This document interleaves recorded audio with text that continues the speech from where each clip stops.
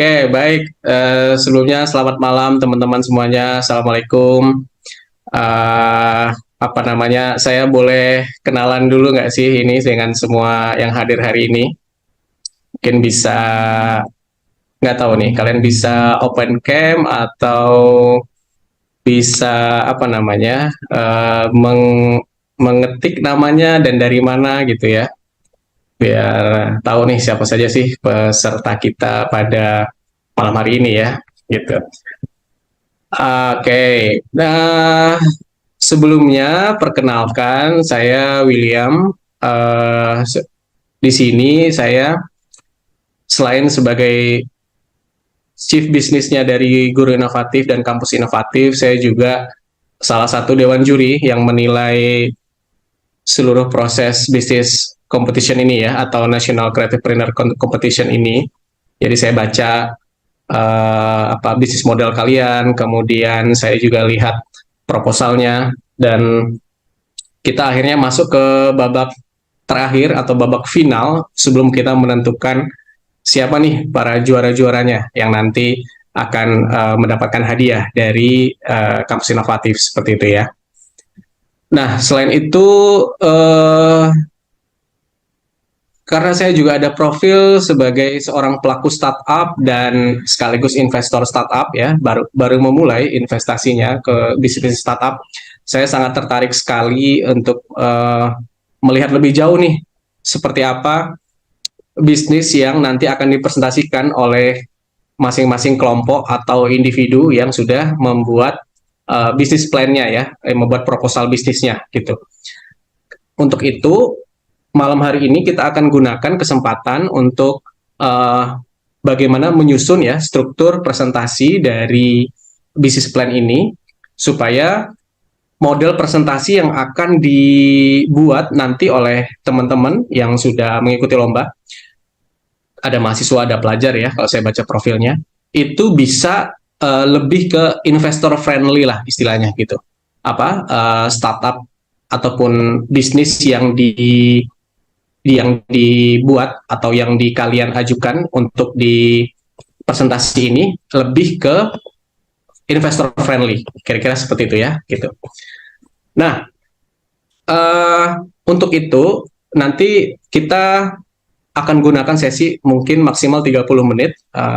Saya hanya ada waktu sekitar segitu, 30-40 menit. 30 menit nanti akan dilanjutkan oleh Mas Fauzi ya. Nah, selama setengah jam ke depan, kita akan bahas nih seperti apa struktur presentasinya yang nanti akan kalian buat untuk diajukan ya di dalam pada saat final, lomba final, nanti kan presentasi ya masing-masing. Nanti setelah saya jelaskan, silakan saja kalau ada yang ingin bertanya, boleh langsung tulis di chat. Nanti MC Mbak Clara bisa pilihkan juga mana yang ingin berdiskusi secara langsung ya. Kalau ingin bertanya secara langsung, apa sih yang dimaksudkan dalam pitch deck yang akan dibuat ini, yang akan dipresentasikan, seperti itu.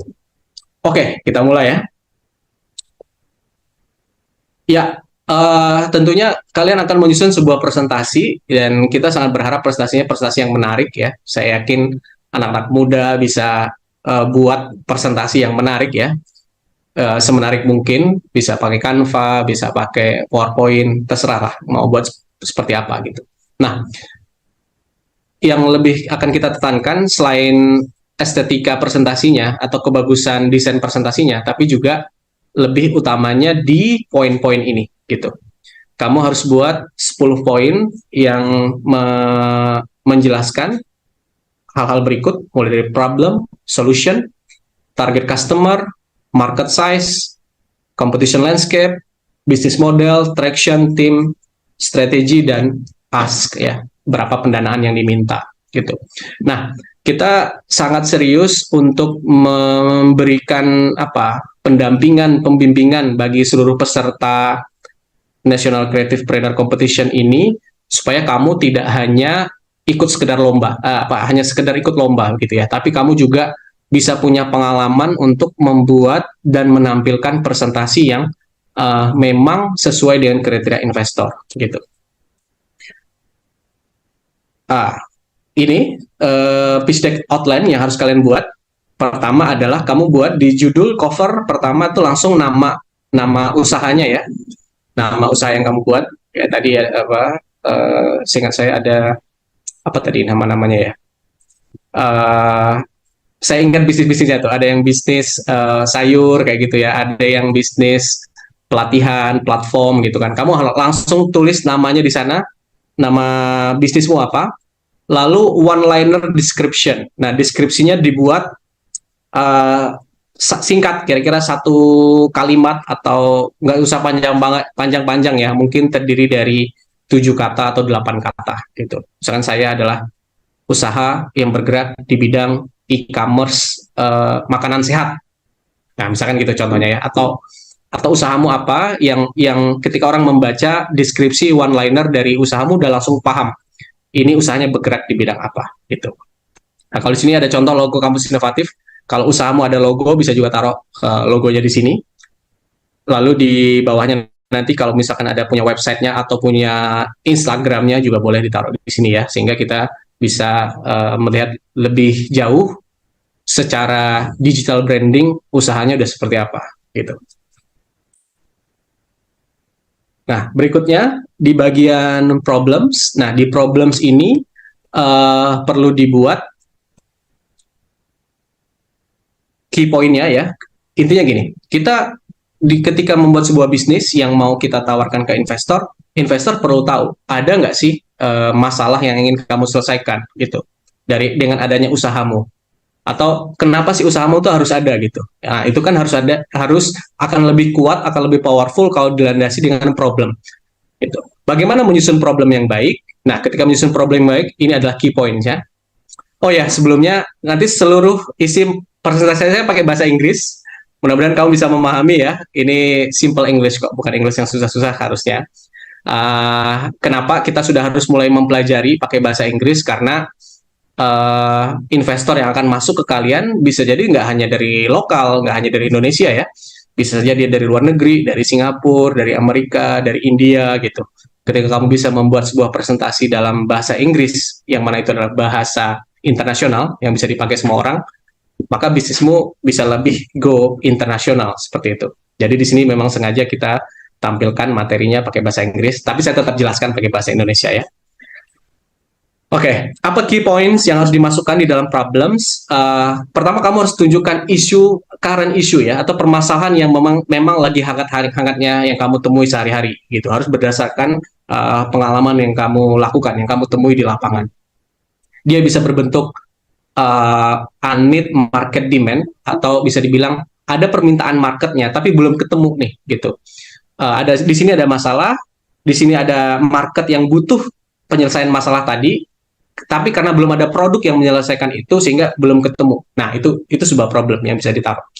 Atau bisa juga tadi ya, case study berdasarkan founders experience, kalian adalah foundersnya tentunya. Nah, atau bisa juga sebenarnya masalah itu sudah ada solusinya nih saat ini, tapi solusinya itu kurang optimal gitu. Ya sama ketika awal kemunculan Gojek, misalkan gitu ya. Sebenarnya bisnis ojek sudah ada kan dari dulu kan gitu. Nah, tapi ternyata masih ada banyak permasalahan soal kepastian harga, ya kan? Terus akses untuk kita, kadang kan kalau dulu kita mau dapat ojek kita harus jalan ke pangkalan ojeknya dulu gitu kan. Tapi kalau pakai aplikasi kita bisa pesan dari mana saja gitu. Nah, itu bisa juga kamu tampilkan. Ada saat ini mungkin solusinya, tapi solusinya tuh doesn't work, belum belum bekerja secara optimal gitu. Nah, di sini kalau nanti sepanjang presentasi saya akan jelaskan di kotak warna kuning dan warna biru ya. Warna kuning itu apa key point yang harus ditampilkan. Warna biru itu dari sudut pandang si investor tuh memandang seperti apa sih di slide problem ini gitu. Ketika kamu menjelaskan tentang problem, yang investor pikirkan itu seberapa signifikan problem yang kamu tampilkan gitu. Dan dari signifikansi masalah tersebut akan menentukan seberapa besar target marketnya gitu. Apakah masalah yang kamu tampilkan ini hanya sebatas masalah untuk lingkup kecil, misalkan hanya untuk lingkup kelurahanmu saja, atau itu masalah yang memang dirasakan satu negara gitu, atau seluruh orang yang ada di dunia ini misalkan. Nah, itu kita harus betul-betul jeli menampilkan problemnya ya. Itu poin nomor 1. Kita masih ada 9 poin yang lain. Jadi tetap stay fokus ya. Setelah problem, yang kedua adalah solution. Nah, di solution ini yang ditampilkan adalah bagaimana produk kita menyelesaikan masalah itu, gitu. Jadi solusi di sini bukan kita terus buat apa? Jawaban-jawaban atas masalah tadi secara langsung ya, jawabannya begini-begini gitu ya. Tetapi jawaban tersebut harus dikontekskan ke dalam produk atau layanan ya, produk or services yang kita tawarkan gitu. Maka di dalam solution ini kamu langsung tampilkan apa sih produkmu, ya kan? Dan apa key features-nya atau apa fitur-fitur utama yang ditampilkan yang ditawarkan oleh produkmu itu apa gitu. Dan bagaimana cara customer untuk mendapatkan produk tadi gitu, atau user journey-nya customer itu seperti apa gitu. Itu yang ditampilkan di dalam solution gitu. Kalau misalkan ada punya ide bisnis tentang travel misalkan gitu, atau mengkomunikasikan UMKM dengan travel misalkan gitu. Nah, itu seperti apa sih si customer bisa mengakses hal tersebut gitu. Caranya bagaimana dan apa saja produk yang kamu tawarkan, menu-menunya seperti apa. Nah, itu di dalam solution gitu. Apa yang investor pikirkan ketika melihat presentasi ini? Yang investor pikirkan adalah seberapa pintar kamu menyusun ya masalah-masalah tadi ke dalam solusi yang ditawarkan oleh produk kalian gitu. Karena yang ingin dilihat adalah produk market fit-nya. Apakah produk yang dibuat itu ketemu nggak dengan pasarnya gitu. Itu namanya product market fit gitu ya. Di sini ada tips juga. Kalau usahanya sudah berjalan, karena dari proposal yang saya baca ada memang masih berbentuk ide murni gitu ya. Tapi ada juga yang itu sebenarnya sudah berjalan gitu. Berjalan mungkin ada sudah berjalan beberapa bulan atau beberapa tahun gitu ya. Tapi skalanya masih kecil, mau ditingkatkan lagi gitu. Nah, bagus juga di solution ini kamu semacam ada foto-foto demo produknya, atau bisa juga uh, contoh-contoh yang sudah dilakukan oleh customer tuh seperti apa ketika dia mengakses produk yang kita tawarkan. Nah, itu bisa ditampilkan juga di dalam solution ini. Ketiga, target customer. Nah, di dalam target customer ini harus pintar-pintar kita menyusun siapa sih user ataupun customer yang menjadi target market kita. Profilnya seperti apa, gitu. Kalau kita menargetkan misalkan rata-rata kalau saya lihat produknya itu dari proposal yang saya baca kemarin, banyak yang menargetkan anak muda ya, mungkin usia 17 sampai 35 tahun misalkan gitu ya. Karena diharapkan nih user yang mengakses produk tuh harus well educated dalam teknologi, dalam digital gitu kan. Ada kemarin yang menampilkan seperti itu. Nah, di sini kamu harus menjelaskan secara betul siapa sih customer persona kita atau user persona kita ya. Gitu. Dan ada bedanya antara user versus customer ya. User itu kan kalau terjemahan dalam bahasa Indonesia kan pengguna ya. Tapi kalau customer itu pelanggan. Gampangnya kalau di platform Twitter ya, sekarang namanya X, itu kan sudah ditawarkan yang berbayar, versi X yang berbayar ya, Twitter yang berbayar. Kalau kita masih pakai Twitter atau X tadi itu yang gratisan, berarti kita baru user tuh, gitu. Tapi kalau kita udah yang langganan, nah kita bisa dikategorikan sebagai customer. Nah, nanti di produkmu kamu bisa juga seperti itu. Kalau dia hanya levelnya customer, dia dapat batasan layanan sampai mana nih, gitu. Tapi ketika dia jadi customer ya, dari user udah berubah jadi customer, dapat ekstra layanan seperti apa, gitu. Nah, dari sini investor akan mikir gitu, seberapa bagus nih peluang pasarnya dengan target customer yang kalian tawarkan itu. Apakah dia akan gitu-gitu aja atau dia akan bertumbuh besar. Nah, jadi di situ pentingnya ketika kita membuat penjelasan terkait target customer kita. Lalu next, ini adalah market size, market sizing. Di dalam market size ini kamu harus menampilkan angka-angka ya yang berhubungan dengan peluang market. Saya lihat ada di beberapa proposal sudah bagus menampilkan apa addressable market, kemudian ada TAM, SAM, SOM ya. TAM, target addressable market, SAM, serviceable addressable ya kan. dan SOM serviceable obtainable. Jadi kalau target market itu yang secara keseluruhan ya, secara luas gitu.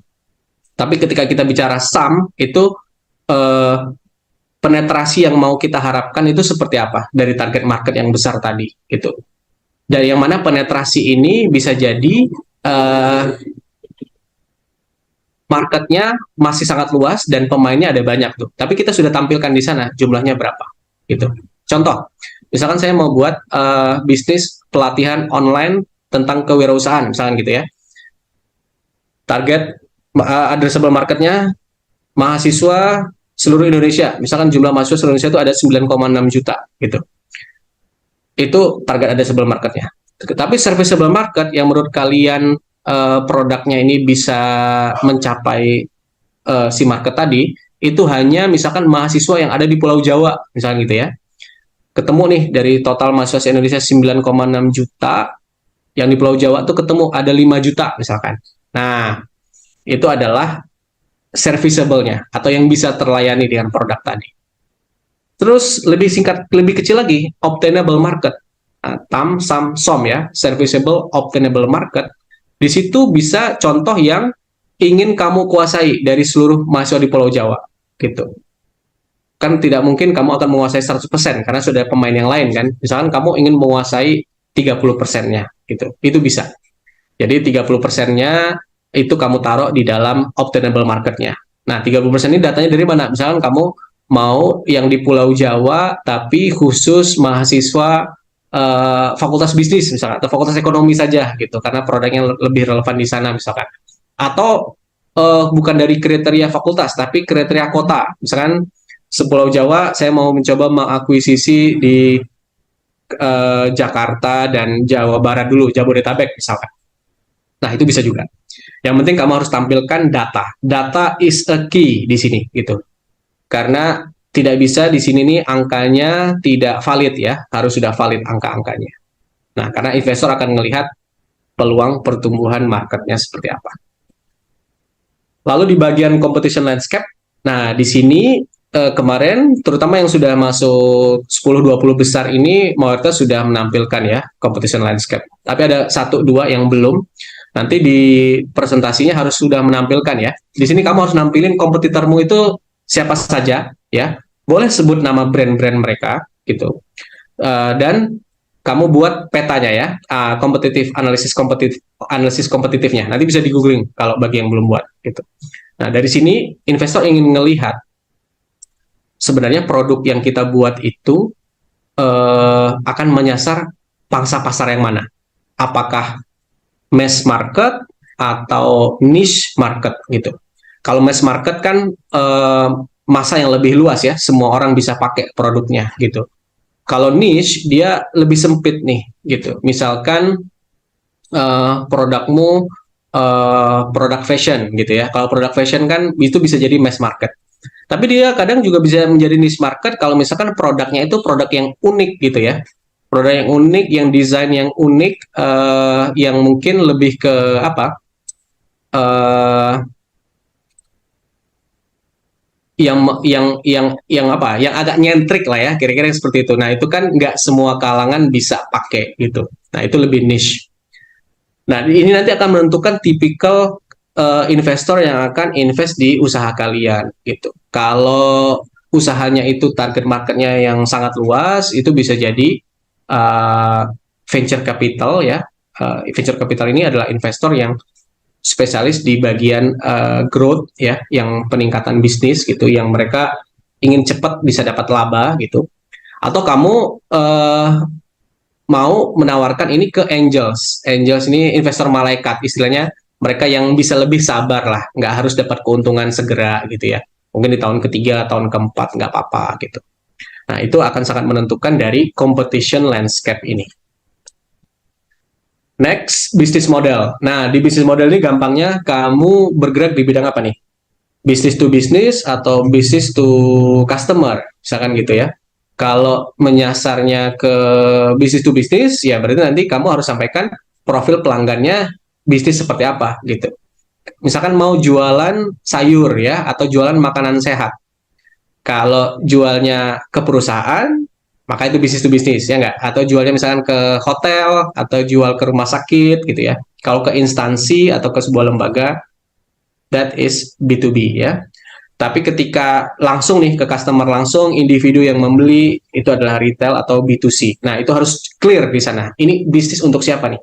Gitu. Mau ditawarkan secara wholesaler ke B2B atau retailer ke B2C.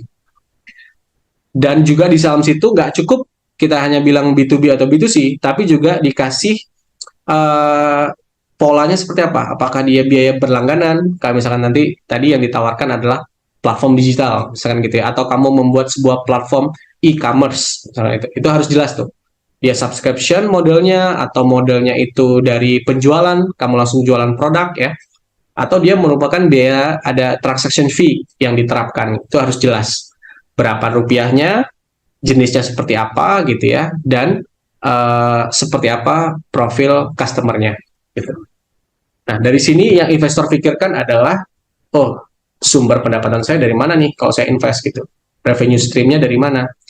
Dan apakah perusahaannya bisa di scalable atau enggak? Bisa dinaikin atau enggak gitu. Gitu. Dan secara tips lebih bagus kalau kamu buat dalam format tuh diagram-diagram ya. Jadi lebih enak bacanya. Nah, lalu traction. Nah, karena kalian masih bisnis idea atau masih bisnis plan, ya kan? Traction ini opsional saja, gitu. Karena di dalam traction ini kan kamu harus menampilkan apa yang sudah dicapai sejauh ini, ya nggak? Dari produk yang ditawarin. Tapi kalau memang usahamu itu sudah jalan, itu sangat bagus ditampilkan sini. Karena saya lihat ada beberapa proposal tuh usahanya sudah jalan, udah punya apa, mitra, partner ya. Kayak misalkan bisnis apa ya kemarin ya? Recycle sampah kalau nggak salah, itu ada seperti itu, dia sudah punya partner ya kan, itu bisa kamu tampilkan capaian-capaian yang sudah kamu lakukan gitu. Nah, dengan ini investor akan melihat sudah tervalidasi sih belum bisnisnya gitu, apakah ini hanya sekedar apa, belum relevan, atau dia sudah bisa kita bilang sudah terbukti, sudah tervalidasi. Nah, itu hanya bisa ditunjukkan dengan traction seperti itu. Lalu impact. Nah, di bagian impact ini dampak ya, dampak bisa lebih ke social impact atau dampak sosial. Makanya tema dari lomba kita kan tentang sustainable development goals ya kan, tentang apa, pembangunan berkelanjutan. Kalau pembangunan berkelanjutan udah pasti itu harus ada impact-nya yang nyata gitu. Impact seperti apa? Impact secara sosial, dampak sosial apa yang kamu harapkan dengan adanya bisnismu gitu ya. Misalkan saya ingin meningkatkan apa, kualitas atau competitiveness-nya UMKM gitu, supaya UMKM bisa lebih berdaya saing dengan adanya platform kami, dengan adanya usaha kami gitu. Atau saya ingin mengurangi tingkat pengangguran, berkontribusi pada pembukaan lapangan tenaga kerja bagi anak-anak muda misalkan gitu. Atau misalkan lebih spesifik ya, contoh kaum perempuan yang akan terlibat dalam usaha ini seperti apa, atau kaum minoritas yang akan terdampak dari usaha ini akan seperti apa gitu. Ada banyak hal yang berhubungan dengan dampak sosial yang bisa kamu taruh gitu. Ini bisa menjadi nilai plus yang akan menunjang atau memperkuat ide bisnismu. Lalu milestone, milestone ini harus dibuat fase-fasenya ya, supaya kita tuh tahu kamu sudah punya rancangan yang berkelanjutan atas usahanya. Karena pastikan usahanya harus dilakukan dulu ya Kak. Nah, di dalam milestone ini perlu disampilkan apa? Success story kecilnya gitu. Gitu ya. Kalau misalkan kita targetnya adalah ingin menguasai pangsa pasar sepulau Jawa misalkan gitu ya. Nah, sebelum sampai ke Pulau Jawa itu apa nih, apa target keberhasilan kecilnya gitu, misalkan di skala kecamatan dulu, nah itu kapan ya kan, skala kabupaten, skala provinsi, baru skala regional gitu, atau skala nasional gitu. Nah itu fasenya harus jelas gitu. Nah kemudian tim ya, ini kemarin saya masih belum banyak melihat profil dari timnya, kecuali hanya kayak sekedar nama dan asal kampus ya. Nanti di dalam tim ini kamu harus tampilkan siapa sih orang-orang kunci yang akan terlibat di bisnis ini, gitu. 3 sampai 5 orang maksimal ya, gitu. Nah, dan orang-orang kunci saja yang akan ditaruh. CEO-nya, chief marketingnya mungkin ya, atau chief operation-nya gitu. Dan tidak hanya nama ya, tapi juga background pendidikannya seperti apa gitu, biar tahu ya kan. Nah, karena investor tuh juga perlu diyakinkan apakah orang yang akan saya invest ini adalah winning team or not gitu. Apakah kalau kita orang main game tuh dia sudah punya skin belum gitu di gamenya ya kan gitu. Itu yang harus ditampilin ya. Terus objektif dan strategi ini juga opsional. Kalau kamu udah punya seperti apa skema investasinya, misalkan kamu membutuhkan pendanaan ya, 100 juta, 500 juta, 1 miliar. Nah, itu kamu akan seperti apa plan dengan dana tersebut gitu. Apakah itu akan dilakukan selama 1 tahun, 2 tahun, atau apa short term goals yang harus kamu buat tuh seperti apa tuh sampai bisa mencapai targetmu setelah adanya dana investor masuk gitu. Ini opsional juga ya. Nah, sebelum terakhir ya, di as, kamu juga coba tampilin, meskipun bisnis ini ada modal yang kamu injek sendiri, modal pribadi dari si para foundersnya, tapi bisa juga kamu mulai menawarkan gitu, kalau ada orang yang berminat untuk investasi di bisnis saya, dia harus invest berapa gitu. Misalkan kamu tawarkan bisa berinvestasi 50 juta, 100 juta, 1 miliar, 2 miliar, berapapun itu. Tapi juga kamu harus kasih timbal baliknya seperti apa. Misalkan dengan invest nilai sekian, si investor akan dapat 10% saham, 20% saham, 30% saham. Itu tergantung dengan apa yang ingin diminta oleh para founder seperti apa. Gitu. Terakhir, masukin kontak detail, selesai. Oke, jadi seperti itu ya. Untuk skema presentasinya, karena ini juga direkam di YouTube, saya pikir nanti teman-teman bisa nonton kembali untuk penjelasan ini sehingga bisa menyusun proposal presentasi yang baik gitu ya. Dan nanti slide presentasinya juga bisa dibagikan oleh panitia ya ke semua peserta. Mungkin gitu. Boleh kalau mau ada sesi tanya jawab, kalau ada ingin konfirmasi atas penjelasan saya tadi. Tapi kalau sudah dipahami, di skip juga nggak apa-apa pertanyaannya. Terima kasih, Clara. Oke, baik. Terima kasih Pak Will atas presentasi yang sangat luar biasa. Jadi teman-teman bisa bisa punya gambaran nih akan presentasi seperti apa nanti ketika awarding. Oke, teman-teman, saya buka sesi pertanyaan. Jika teman-teman ada yang ingin bertanya, silahkan. Saya beri waktu sekitar 1 sampai 3 menit saja.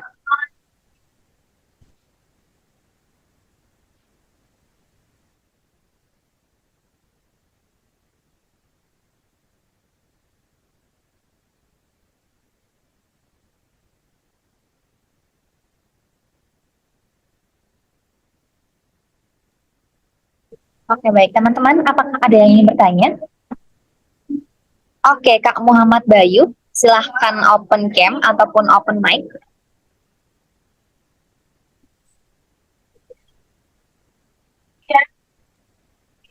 Baik, sebelumnya selamat malam Kak. Terima kasih untuk penjelasannya. Mau bertanya terkait tadi di slide soal Teams.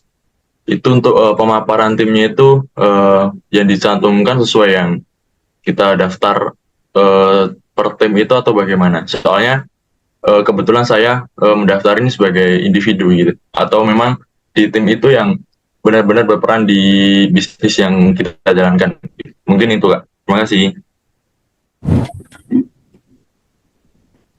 Oke, baik. Silakan Pak Will. Oke, terima kasih Bayu. Sebelumnya Bayu dari apa nama usahanya Bayu kalau boleh tahu, dan dari mana asalnya? Saya asal dari Gunung Kidul, dari Universitas Muhammadiyah Yogyakarta. Untuk usahanya itu saya saat ini sedang merintis di usaha budidaya cacing tanah untuk sebagai pengurai sampah organik. Pengurai sampah organik. Ya ya. Apa nama inimu? di nama usahanya di proposal? Inagro. Inagro, oh ya, ingat saya Inagro. Ya betul betul betul saya terang. Bayu, ketika menampilkan tim, ini tidak mempengaruhi apa namanya yang diusulkan kemarin ya, bagian individu atau tim sendiri. Jadi nggak ada masalah nanti ketika di tim kamu susun tim yang lebih komplit kalau memang itu ada. Tapi kalau memang baru one man show, memang baru kamu sendiri yang terlibat untuk usaha itu dan yang akan menjalankan usaha itu ke depan, ya berarti nggak apa-apa juga kamu taruh sendiri ya. Cuma kan uh, kalau mau lebih optimal, memang kamu sudah harus punya tim yang komplit ya, tim yang komplit at least di bagian-bagian kunci ya, kayak di kamu kan CEO-nya pasti kan.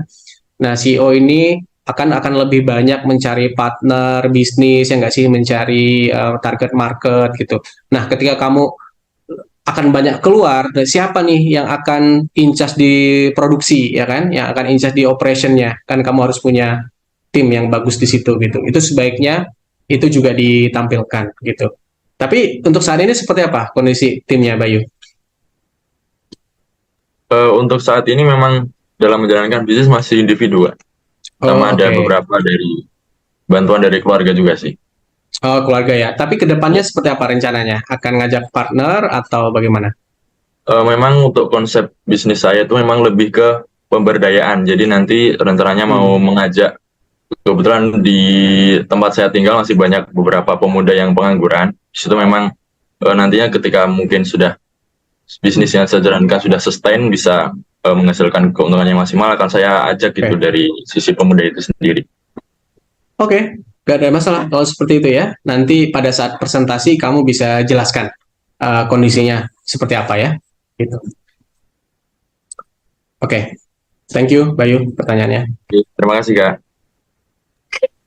Oke, baik. Terima kasih Kak Bayu dan terima kasih juga Pak Will atas jawabannya. Ada yang mau bertanya lagi teman-teman? Dipersilahkan. Sebelum kita berlanjut ke narasumber berikutnya. Oke, ada dari Inovatim dan Kak David Sims. Tapi saya rasa dari Inovatim terlebih dahulu. Silahkan Kak. Baik, terima kasih Kak Clara atas kesempatannya. Selamat malam Pak William, terima kasih atas pemaparannya yang sangat luar biasa insightful. Perkenalkan, saya salah satu perwakilan dari Inovatim dengan nama Bisnis Rasa. Saya ingin bertanya nih Pak, kan tadi kalau udah bicara soal konten presentasi gitu ya, nah mungkin aku mau tanya dong Pak, kira-kira ada nggak sih bagi para juri mungkin atau investor yang menganggap cara penyampaian dari presentasi ini tuh ada yang red flag gitu, misalnya kayak PPT udah bagus banget nih, udah mencakup semuanya, tapi pas giliran presentasi tuh kayak nggak bisa menjelaskan atau mungkin PPT-nya terlalu banyak tulisan gitu. Mungkin gimana cara penyampaian yang nggak bikin ilfeel juri atau investor gitu, Pak William. Terima kasih. Terima kasih dari Serasa ya. Ini boleh nggak saya klarifikasi bisnisnya Inovatim ini apa ya kemarin ya? Aplikasi Foodways Foodways. yang Oh, yang ini ya, yang mengkoneksikan dengan hotel-hotel kemudian dijual iya kembali gitu ya, restorannya makan betul Pak. restoran ya. Oke, Iya ingat saya juga baca tuh proposalnya. Bagus-bagus. Jadi mungkin begini ya, saya kan tadi saya ini pelaku dua hal selama dua, eh, dari 2020 2021 saya merintis startup yang guru inovatif, kampus inovatif, terus kita melakukan pitching ya, karena kami ini waktu itu di zaman pandemi belum ketemu apa namanya akselerator atau istilah inkubator bisnis startup yang memang ada di Indonesia nih gitu pas awal-awal dulu. Kalau sekarang sih sudah banyak ya. Dulu pas awal-awal kita akhirnya ke Malaysia dan Singapura waktu itu gitu. Sehingga sudah apa ya, pas awal ikut itu digembleng dengan para pelatih, mentor dari Singapura dan Malaysia, yang mana ekosistem startupnya sudah terbentuk. Nah, itu juga akhirnya berpengaruh pada cara menyajikan presentasi gitu. Mungkin ada perbedaan antara investor lokal sama investor luar negeri ya kan. Kalau investor luar negeri itu sukanya kamu apa istilahnya itu concise, singkat tapi itu padat gitu ya, singkat padat, tidak banyak bertele-tele gitu. Tapi mereka juga ingin yang ditampilkan itu apa, sesuatu yang secara cepat mereka bisa langsung ngambil keputusan, atau mereka langsung bisa mikir gini, wah ini keren nih bisnisnya nih, gue mau invest gitu. Dan durasi waktu untuk meyakinkan itu tidak panjang. Biasanya hanya 5 menit, paling maksimal itu 7 menit gitu. Saya kalau biasanya pitching di luar negeri itu 5-7 menit gitu. Tapi saya juga pernah pitching di Indonesia lokal. Kalau lokal tuh mereka kadang 15 menit gitu. Suka yang lama-lama gitu. Di Indonesia mungkin suka ada basa-basinya dulu gitu ya. Nah, kalau jadi kamu harus pelajari juga tipikal investornya ya, dari asing atau dari lokal. Tapi ada juga yang dari investor lokal juga mindsetnya udah seperti investor luar, juga banyak sih gitu. Nah, yang jelas kamu benar-benar nampilkan data yang apa adanya, ya kan? Terus tidak dilebih-lebihkan gitu. Itu karena akan sangat ketahuan gitu kalau itu benar-benar data yang real, atau itu istilahnya itu dilebay-lebaykan, ya kan, atau itu nggak berdasar. Itu mudah sekali divalidasi gitu. Kalau dari segi mungkin ketika presentasi agak sedikit lupa atau nervous, itu hal yang biasa, itu sangat bisa dimaklumi, diwajari. Saya pikir itu bukannya red flag, ya kan, karena ini bukan banyak kompetisi public speaking. This is not public speaking competition ya, jadi nggak ada masalah gitu. Kadang kamu agak nervous sedikit gitu, nggak ada apa-apa. Yang penting bisnisnya kuat, solid, ya kan, dan apa? Saya nggak tahu ini nanti panitia di technical meeting seperti apa. Apakah presentasinya itu bisa dikirim dulu sebelum lomba berlangsung? Akan bagus sekali kalau itu dikirim terlebih dahulu, sehingga si juri sudah mempelajari nih, udah dapat nih poin-poinnya ya. Paling selambat-lambatnya H-2 atau H-1 lah sudah dikirim gitu, sehingga ketika nanti tim ini mempresentasikan, juri itu sudah dapat gambaran ya tentang bisnisnya, sehingga akan lebih fokus pada konten isinya gitu. Bukan gimmick-gimmick ketika presentasinya gitu. Ya boleh saja kita punya public speaking yang bagus, itu akan sangat menunjang juga ya kan. Tapi itu tidak menjadi satu-satunya kunci keberhasilan bisnisnya akan mendapat perhatian lebih dari investor. Karena harus bisnisnya yang kuat dulu gitu. Baru kemudian kita melihat sincerity, atau apa ya istilah yang pas menggambarkan sincerity dari founders. Kayak benar-benar ketulusan dari si foundersnya akan bisnis tersebut gitu. Begitu ya. Jadi meskipun ini mungkin pasti kalian beda-beda ya menganggap event ini ya. Mungkin ada yang menganggap ya cuma sekedar ide bisnis gitu. Tapi ada juga yang mungkin serius pengen bisnisnya itu bisa dijalankan dan dapat investor gitu. Kalau saran saya, kamu harus betul-betul sangat you really mean it gitu. Kamu benar-benar serius gitu ya. Ini bisnis mau kita jalankan betul-betul nih, dan ini ada bisnis yang bagus untuk para investor kalau mau masuk gitu. Nah, itu yang bisa jadi kunci untuk pemenangnya bisnis plan ini ya gitu. Tapi nanti balik ke masing-masing juri, karena jurinya ada 6 orang kalau nggak salah, 3 orang atau 6 orang ya, sekitar itulah. Gitu. Inovatif ya, tadi saya lupa namanya. Makasih ya. Oke, baik Pak William, terima kasih banyak atas jawabannya. Oke, baik. Terima kasih dari Inovatif dan Pak Will atas pertanyaan dan jawaban yang sangat luar biasa. Selanjutnya ada Kak David Tim. Silahkan Kak David. Ya, baik, apa suara saya terdengar? Oke.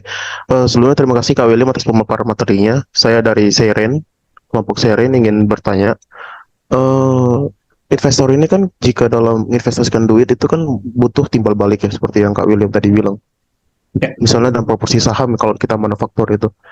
Dalam penentuan proporsi saham sendiri ini juga sebenarnya agak sulit-sulit gimana gitu ya. Karena kan kita harus menentukan proporsi nilai perusahaan dulu. Dan mungkin apakah Kak William punya tips cara menentukan nilai proporsi saham? Dan sebenarnya kalau untuk invest 1M tuh idealnya berapa sih untuk scale up yang masih kecil gitu? Nah, untuk perusahaan kecil tuh sahamnya dapatnya berapa sih sebenarnya gitu kepemilikan? Karena kan kalau 10% itu kan kayaknya terlalu besar ya. Untuk 1M kayaknya gimana gitu. Mungkin Baik. Segitu tuh. Thank you David. Ini juga kalau menurut saya ya, investor sebelum kita menentukan berapa nilai yang kita harapkan dari investasi para investor, maupun berapa persentase saham yang mau kita kasih ya.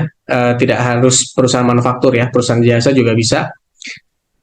Sebelumnya yang harus kita benar-benar yakinkan dulu nih, atau kita hitung terlebih dahulu nih, adalah valuasi atau nilai perusahaan kita itu berapa gitu. Kita akan menghitung nilai valuasi perusahaan kita berapa. Tentunya perusahaan yang sudah jalan atau sudah punya klien, punya customer ya kan, sama perusahaan yang baru merintis atau startup ya, punya nilai yang berbeda gitu. Sehingga nilai investasi yang akan ditawarkan juga beda-beda ya. Karena nilai investasi ini juga menentukan jenis investor yang akan invest juga gitu. Kalau di dunia startup ada macam-macam jenis investor, mulai dari angels tadi ya, angel investor atau investor malaikat, yang dia mungkin bisa sangat bersabar nunggu sampai betul-betul bisnisnya bisa berkembang gitu ya, mungkin bisa 2 tahun, 3 tahun, 4 tahun, 5 tahun gitu. Atau juga dia udah dimasuk investor yang tadi, yang VC tadi ya, atau venture capital, yang mana mereka tuh kadang ada investor seri A, seri B, seri C, seri D, sampai ke IPO. IPO itu adalah ketika sahamnya bisa masuk ke capital market, ke pasar modal ya, ke bursa efek gitu. Nah, itu ada macam-macam jenis investor gitu. Nah, kapan-kapan kita bisa bahas ya, yang lebih spesifik bagaimana menentukan presentasi atau valuasi perusahaan ke beda-beda investor. Mungkin itu butuh sesi tersendiri untuk membahas itu. Tetapi secara cepat yang bisa saya sampaikan adalah kamu harus benar-benar kamu menentukan dulu nih nilai valuasi perusahaanmu berapa. Misalkan dari tadi kebutuhan modal ya. Misalkan kita tahu nih untuk menjalankan usaha ini modalnya apakah ketemu nih 100 juta atau 500 juta gitu ya. Nah, setelah kebutuhan modal, sebenarnya kamu bisa tawarkan nih, nilai perusahaan saya ini nggak hanya sekedar berapa modal awal yang dibutuhkan, gitu. Tapi juga proyeksi pendapatan jangka panjang, gitu. Produk saya ini, misalkan gini ya, kalau tadi kayak pakai target market ya, dalam waktu 3 tahun, misalkan kamu bilang, dalam waktu 3 tahun, saya bisa dapat 100.000 customer, gitu. 100.000 customer itu beli produk saya, misalkan rata-rata harga produknya itu 10.000, misalkan katakanlah gitu ya, sedikit aja, tapi kita mainnya di volume gitu kan. 100.000 dikali 10.000 berapa tuh? 100 miliar. Benar nggak? 100.000 kali 10.000, 100.000 tambah nolnya 3, 100 juta, 1 M ya, sorry, 100.000 dikali 10.000 rupiah, 1 miliar. Nah, 1 miliar itu adalah proyeksi pendapatan. Jadi kita bisa menentukan saham ini dari proyeksi pendapatan. Misalkan kita bilang, kamu nanti perusahaan saya ini paling gampang nih nilai evaluasinya ya. Kan ada banyak cara menilai evaluasi ya, tergantung investor. Tapi valuasi yang paling valid kalau menurut saya adalah dari nilai pendapatan gitu. Biasanya nilai perusahaan tersebut ada yang dikalikan 3 atau sampai dikalikan 10 dari total pendapatan atau total perkiraan pendapatan. Kayak tadi, misalkan pendapatannya itu 1 miliar targetnya. Kalau dikalikan 10, berarti kan 10 M ya. Maka nilai perusahaan itu senilai 10 M. Gitu. Nah, ketika nilai perusahaannya senilai 10 M, kamu minta 1 miliar, berarti berapa tuh? 1 M dibagi 10 M. 10% kan? Nah, jadi kalau investor mau investasi 1 M, dia dapat 10% gitu. Nah, itu kalau dikalikan 10 ya. Nanti proses negosiasi sama investor tuh dari faktor pengali tadi. Apakah wajar dikalikan 10 atau kadang cuma dikalikan 3. Kalau saya ngelihat produknya sudah teruji seberapa jauh di market gitu. Kalau dia belum teruji banget gitu kan, dan belum yakin atas produk tersebut, kadang saya maksimal faktor pengalinya 2 kali aja gitu. Jadi kalau misalkan kemungkinan dapatnya 1 miliar, berarti ya nilai perusahaannya 2 M saja gitu. Kalau belum yakin ya. Tapi kalau sudah yakin, mau dikalikan 10, kadang dikalikan 15, itu tergantung negosiasi kita dengan investor. Itu untuk menentukan nilai perusahaan. Nah, baru prosentasenya tergantung nilai perusahaan tadi ya.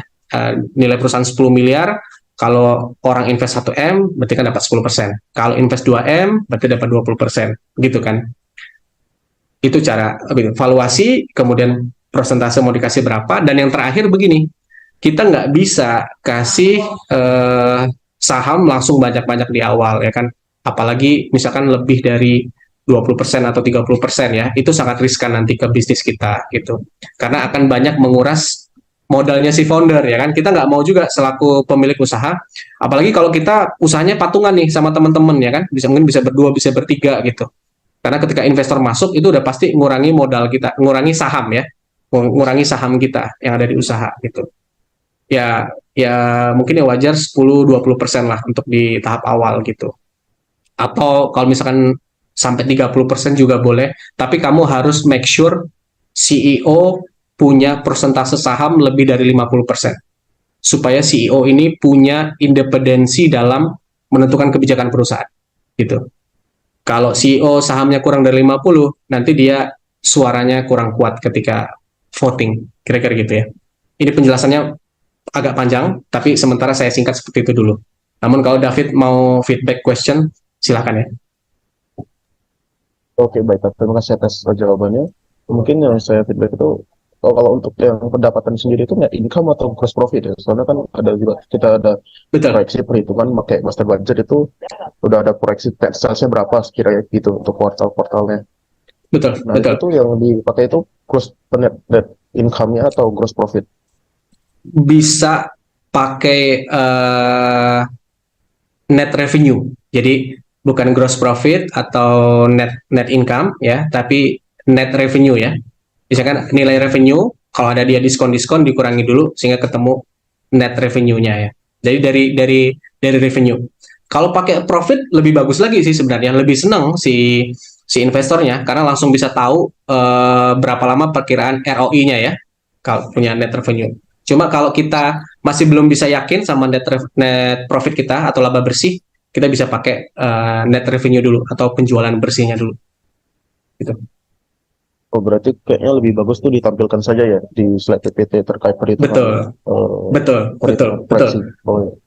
Perhitungan semuanya ya, mulai dari perhitungan revenue-nya, kemudian net profit-nya gitu. Sehingga nanti itu bisa jadi bahan diskusi tuh sama investor ya kan untuk menentukan valuasi perusahaannya dari apa faktor pengalinya itu apakah dari revenue atau dari profit gitu. Baik Kak William, terima kasih atas jawaban. Bagus David, thank you.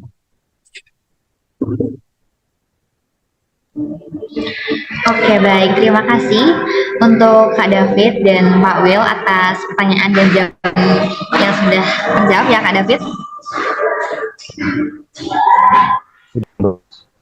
Oke, oke mungkin sesi dari Pak Will kami cukupkan karena mengingat masih ada satu mentor lagi. Untuk Pak Will, terima kasih banyak atas waktunya dan materi yang sangat-sangat luar biasa. Mohon maaf apabila Clara sekarang belum bisa on cam karena ada trouble.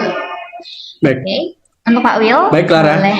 terima kasih ya. Terima kasih semua teman-teman. Sampai ketemu di babak final ya presentasi. Selamat malam.